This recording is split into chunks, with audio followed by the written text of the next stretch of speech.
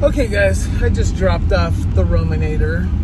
I was about, 20 minutes early. It's no big deal, but let them know I gotta go to the hospital. So, anywho, what else? Oh, so I was talking about, so I started all over, and now I'm, driving Uber, and now I can't seem to find a freaking job. Like a real job, so it's like nobody wants me, man. I did get a notification for property and evidence technician through I think it was Fresno County. I don't know, but I gotta take an assessment test, and I'll be taking that tomorrow. So that's just another list I'm going to be on. And then Monday I'm going to hit the government jobs again. Just keep hitting these jobs. The ones I know I qualify for. And then I'll keep taking the assessment test, get on the list. And hopefully I'll get on some interview lists. I know once I get on the interview list, I should do pretty good. There was a couple jobs where I had made it to a second interview. God, this hurts so bad. So, and it hurts worse when I'm driving. I don't know what it is. And the movement, I don't know, I'm strained.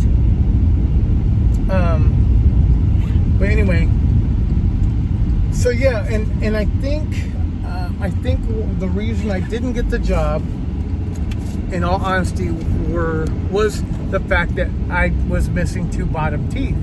I've said this before. I know that people say, oh, no, they're not supposed to judge a book by its cover. I'm qualified. I interviewed. I know I nailed the interview.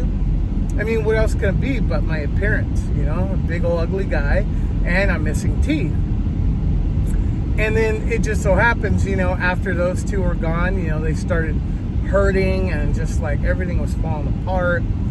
And so I got teeth now, so at least I look a little bit better. But I told myself that I'm gonna shave, I'm going to get a nice haircut, I'm gonna dress as best as I possibly can, and I'm just gonna go in there and talk. If I ever get an interview again, I'm gonna do my best, and just be. I don't want to be too real, because if I'm super real, they're gonna know there's a little bit of asshole in there. I gotta not kiss ass, but sound almost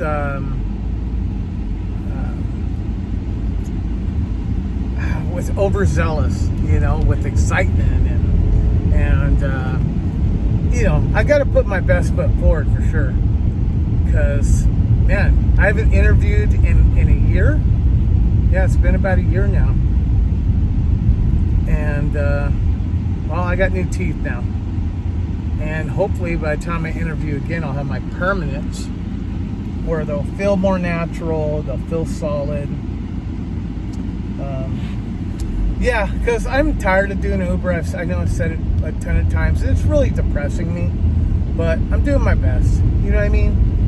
I'm trying, and I'm grateful for the support of my family and the love of my family. And, the right job's going to come along, and all this, despair will be for nothing. You know what I mean?